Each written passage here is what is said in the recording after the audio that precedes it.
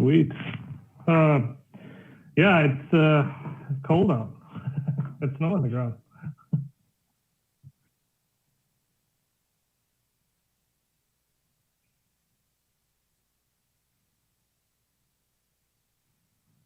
Yeah. As my wife was going out the door, she gave me one of those. Oh, by the way, you need to go down and get straw from our neighbor, the farmer, and we need to start winterizing some of the lean-tos for the animals. And it's kind of one of those, like, not ready to do that yet.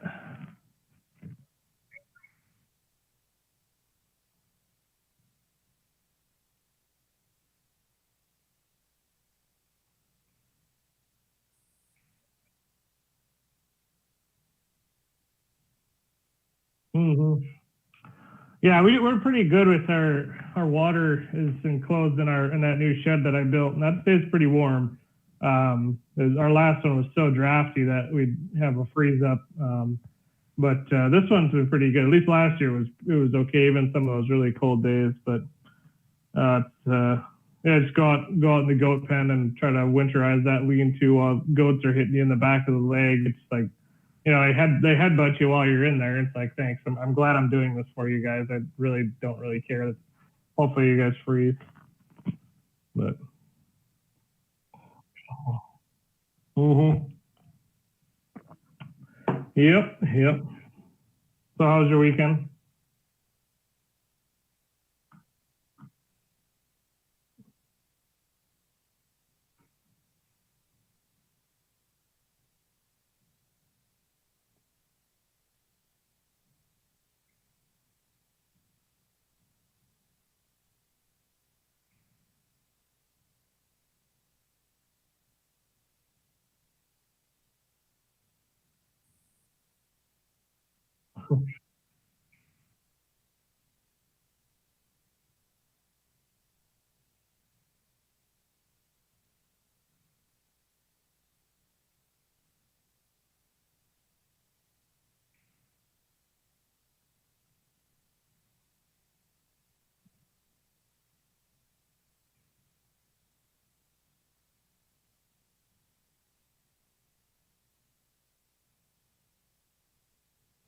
Yeah.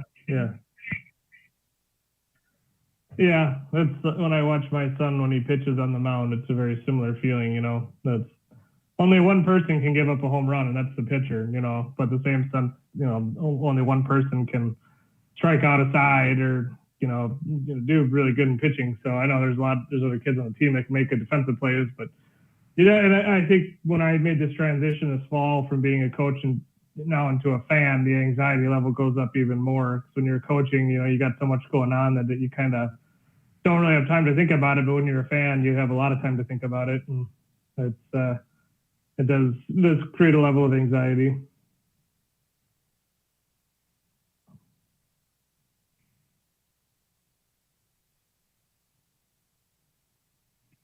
Mm-hmm.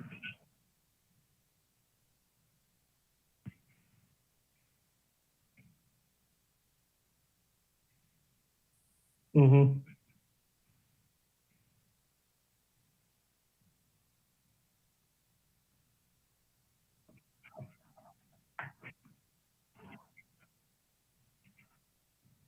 Yeah, it is definitely. But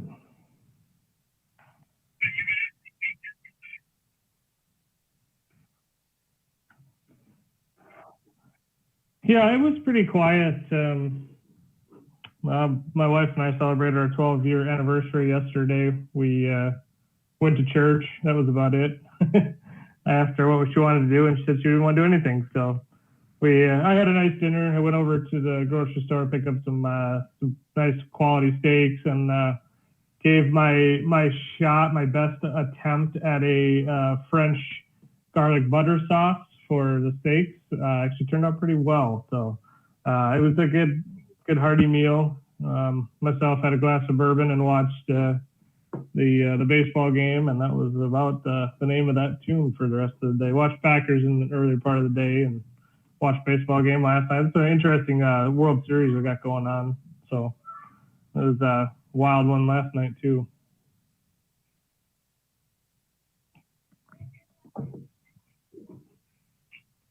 Yeah, that was a good game too. That Sunday night football game was pretty wild. I caught that before I went to bed. That was pretty wild. So at least we got some sports. Thank you. Thank you. Thank you.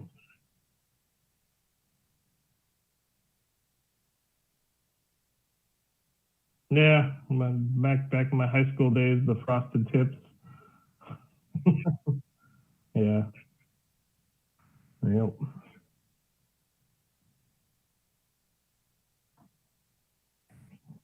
Yeah. Well, yeah, we'll jump in. We'll read our little credo in the front there. The leaders are the ones who run headfirst into the unknown. They rush toward the danger. They put their own interests aside to protect us or to pull us into the future.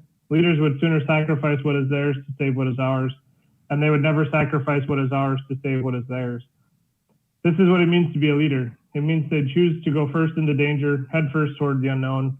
And when we feel sure they will keep us safe, we will march behind them and work tirelessly to see their visions come to life and proudly call ourselves their followers. So today we are operating in, again, section 3, part 3, in the reality section. And then this chapter is kind of interesting. It's chapter 10, snowmobile in the desert. And it's a good, the way to think about this is the way that they lay it out in the book. And again, this is a short chapter, but they lay it out very well and they're very clear about this. You know, a snowmobile is built for one purpose, running in the snow, right? You don't take a snowmobile out in the desert because it wouldn't work, right? I mean, you might be able to get by for a little bit, but it's not going to effectively work. So we think about us as people, as employees, as workers, we are those snowmobiles in the desert because we are a machine. We work like a machine, but if we're working in the wrong environment, we're not going to go anywhere. You know, we as humans are a little bit more diverse than a snowmobile is, but ultimately, if we're essentially working in the wrong environment, we're not going to get anywhere. So slide 4 there. You know, human beings are great people. You know, there's a reason, or great human beings, you know, Homo sapiens. You know, we have massive neocortexes inside of our brains that allow us to do some amazing things. You know, there's a reason why elephants and giraffes don't build pyramids, why they don't, you know, there's a reason why alligators can't build bridges. You know, there's a reason why we are the ones that are able to do that. That's because of our, you know, our expansive brains. You know, we can do things like that. We can think, we can learn. We also love to be on teams. Teams are, I think, what you know, they always say teamwork makes the dream work, and that's very true. If you look back in history, very few successes in history were as a result of one person. That usually it's a team of people. Yes, there may be the one shining leader, if you will, but there's an army behind that person, or, you know, it's not just that one person walking that journey alone. So I think that's important to note. I mean, and the better the team, I think the better the achievement that you're going to have. So, and that's kind of what we're talking about here. You know, if you're not on the right team, if you're not all working in the same pathway, then you are that snowmobile out in the desert.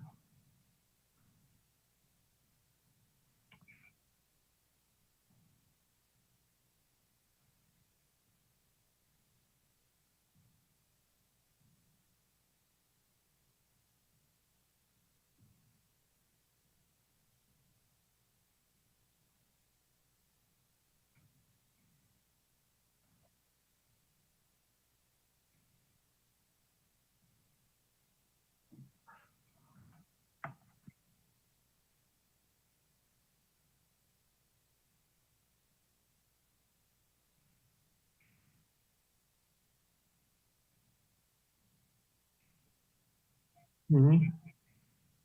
Mm-hmm.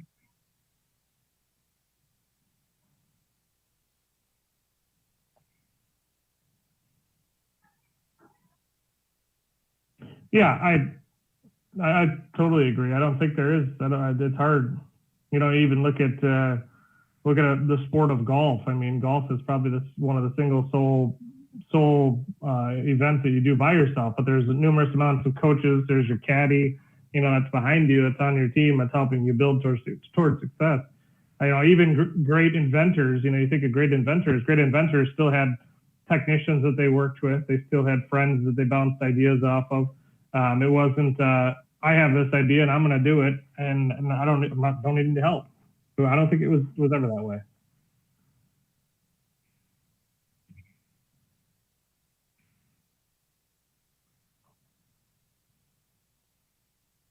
Yeah. Right. Mm-hmm.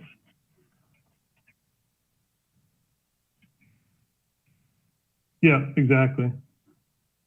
So you bounced over to slide number 5. They have that title on there. What the heck? I mean, what? And that is, essentially what the heck. Snowmobiles are like humans. We're a machine. We function. We drive. We push. Um, and what's really fundamentally wrong here is kind of the old thought, the old way of doing things. Bad leaders will spend more time tinkering with the machine than they will fixing the environment.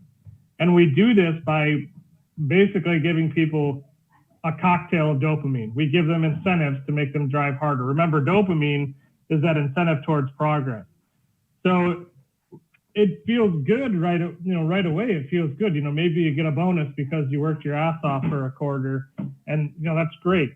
You get a bonus. But then the next quarter you get more on your plate. The next quarter you get more on your plate, and suddenly you introduce that thing called burnout. And it's because you were essentially operating in an environment that wasn't conducive to you. Like I said, it was great at first, but then that shiny luster fades, and we start to realize that, hey, we're not in the right environment. We're not feeling good about this anymore. Maybe the money is great, but I hate the guys that I work with.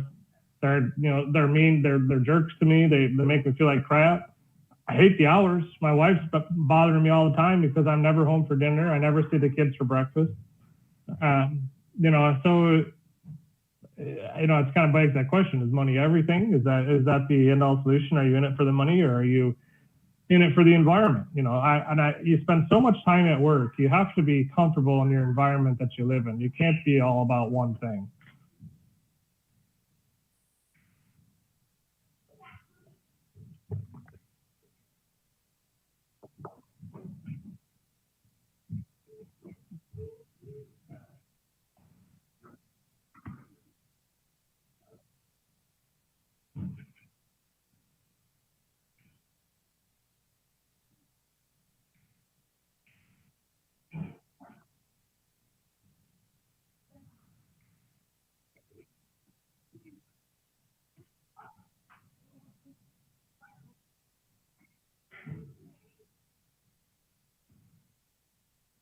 Mm-hmm. Mm-hmm.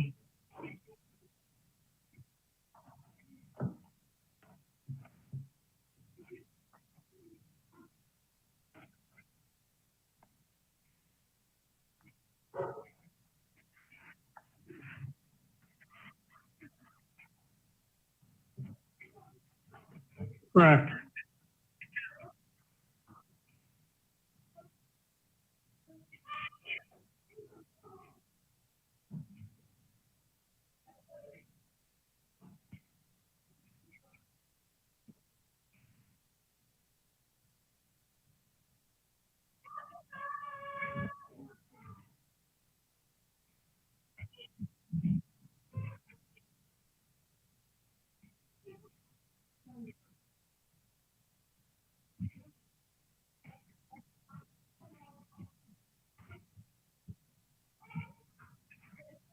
Mm-hmm.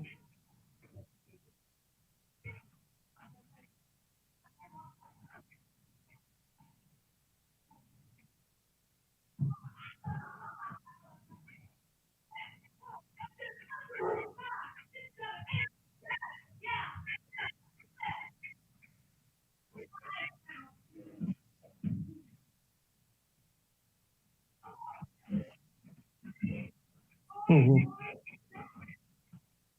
No, it's 100% right. I mean, it is. It's how you view it. I mean, how do you? I mean, we as leaders of our company have the innate ability to affect the environment around us, and how we choose to do it is our choice. But we have to do it in a manner that I think promotes success and growth inside of our companies. And if we don't do that, then we are essentially going to be driving a snowmobile out in the desert and wondering how in the hell did we even get there? And that's, I think that ultimately is, the last sentence of this chapter, all this begs the question, how did we get ourselves into the desert in the first place? Because if we're a business owner, we look at it again, like we look at the machine, we don't look at the environment.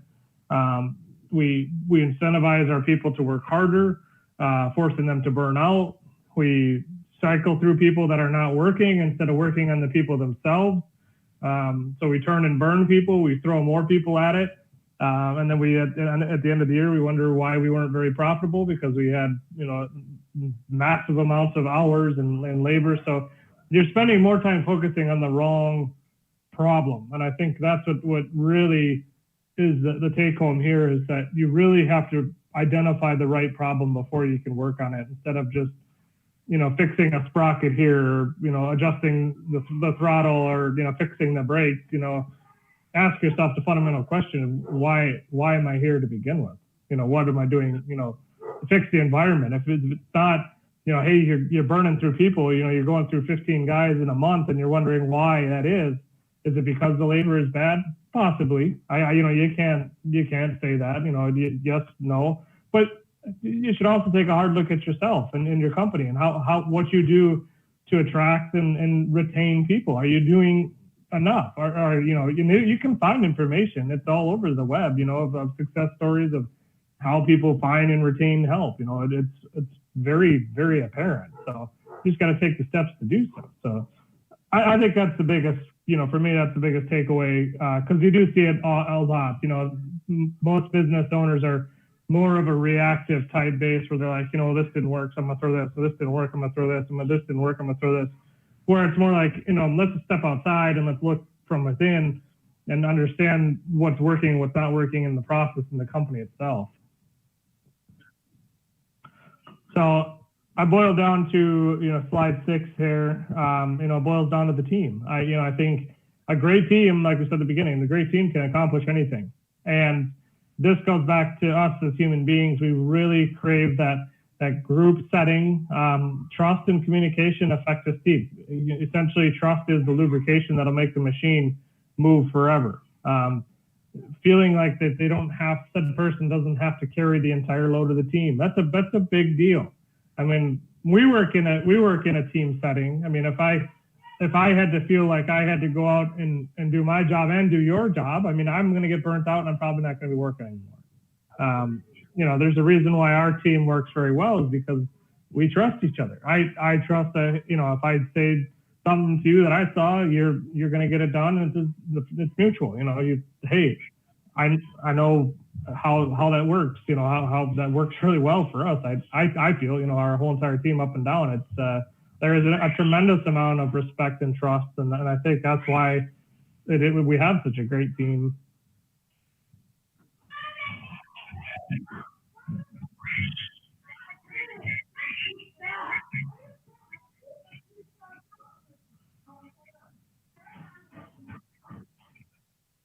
Mm-hmm.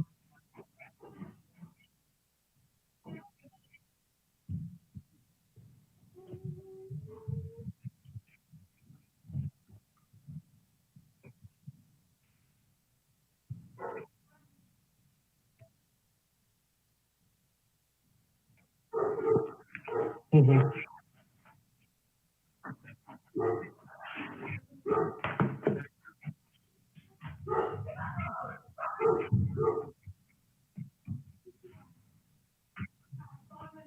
Mm-hmm.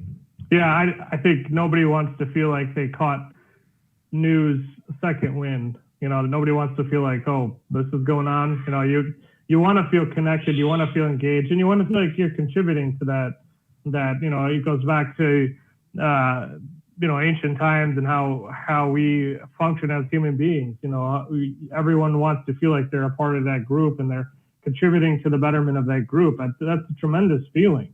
And it's a lasting feeling too. We talk about, go back to EDSOs.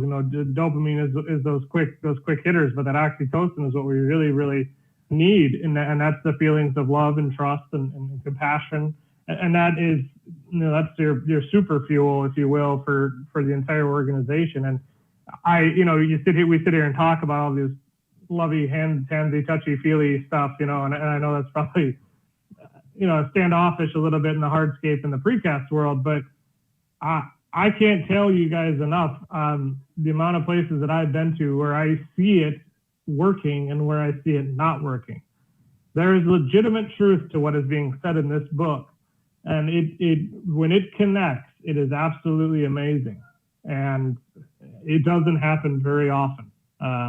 You see it more often that it's not connecting, because we have a lot of old mindsets, a lot of old, like we say, we're working on the machine. We don't have enough people. We're throwing more people at it. We're cycling people out. We're working on those cogs and those sprockets versus asking ourselves the fundamental question of, why in the hell did I end up in the desert anyway?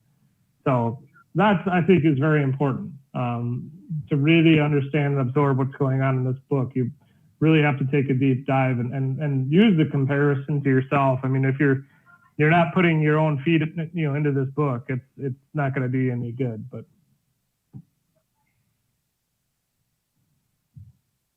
mm-hmm.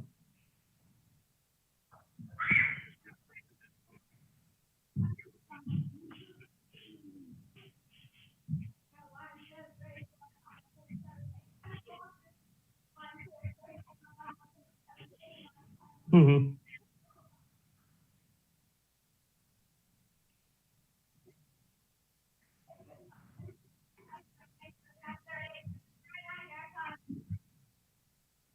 Mm-hmm.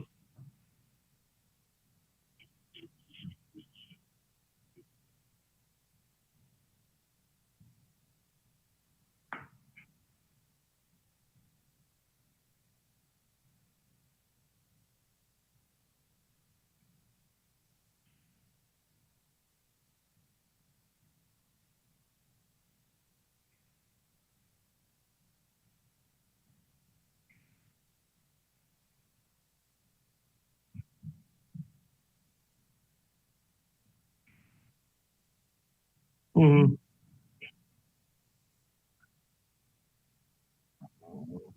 Yep, exactly.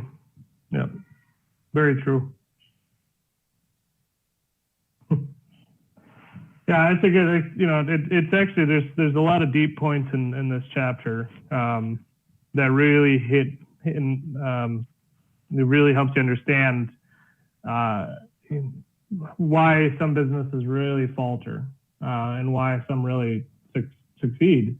I think it's just that fundamental practice of working on the machine or working on the environment. Like I said at the beginning of this, we as business owners have the ability to affect change on a micro level in the machine itself, or on a macro level in the environment itself. We have the ability to do that. The question is, are you willing to do that?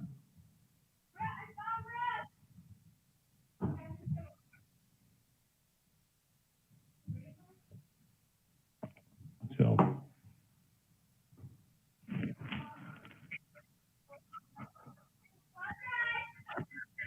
yeah.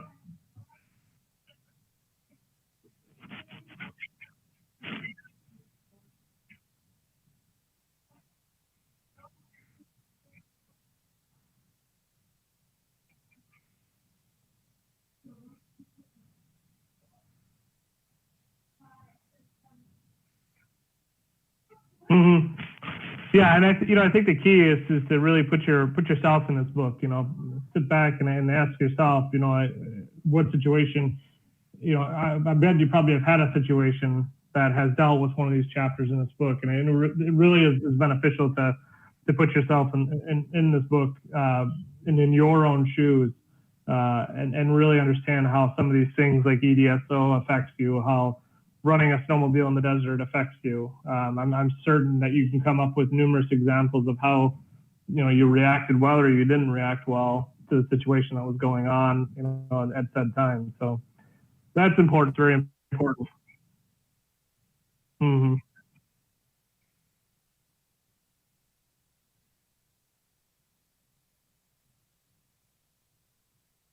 Yeah.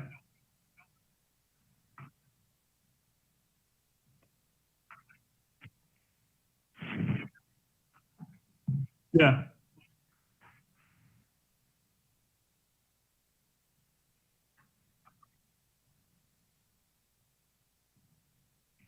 Hmm.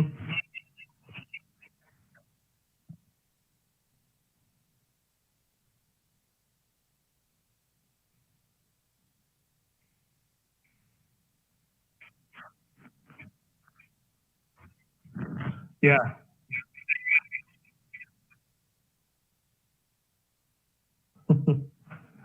Yeah, and that's oftentimes we don't want to admit that. It's our pride that's hurt, and we don't like to hurt our pride.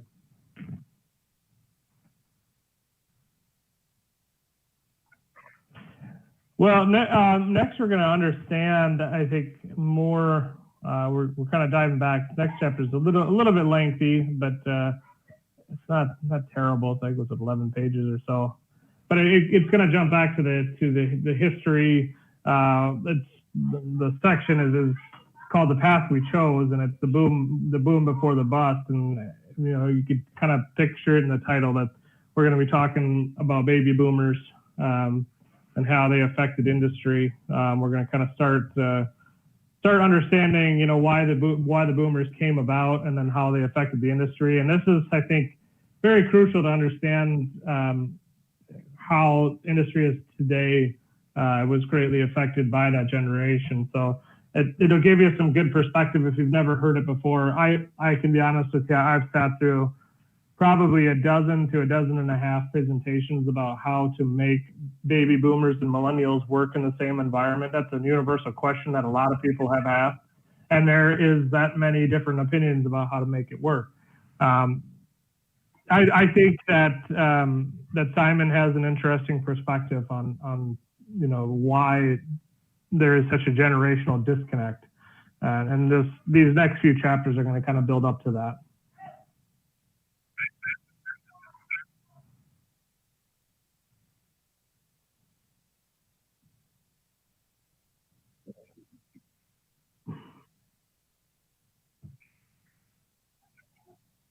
Mm-hmm.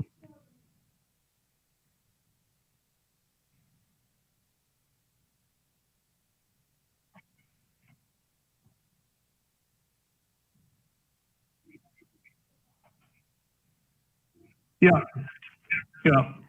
No, he has very good insights on that. I think one of the truest individuals, just because I think like I said, I've sat through numerous presentations, and depending on who's speaking, they can really swing your thoughts one way or another depending on how they're presenting. And I think Simon has a very honest approach to it, that it's not anyone's fault. He always says that it's not anyone's fault the way it is, but we fundamentally have to understand where everybody's coming from in order to make this thing work.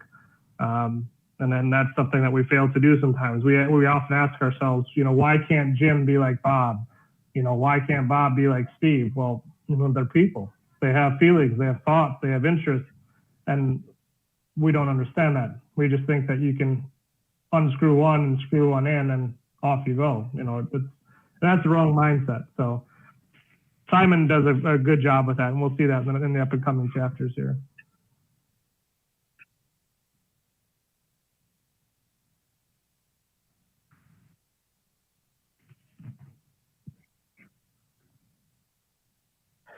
Yep. Yeah, I think I still got, I'm looking at probably the middle of November that I'll have another travel, but the next 2 weeks here, we should be good.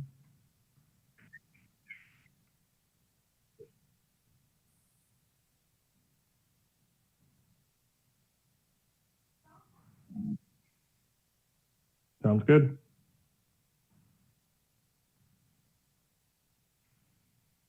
Thank you, guys.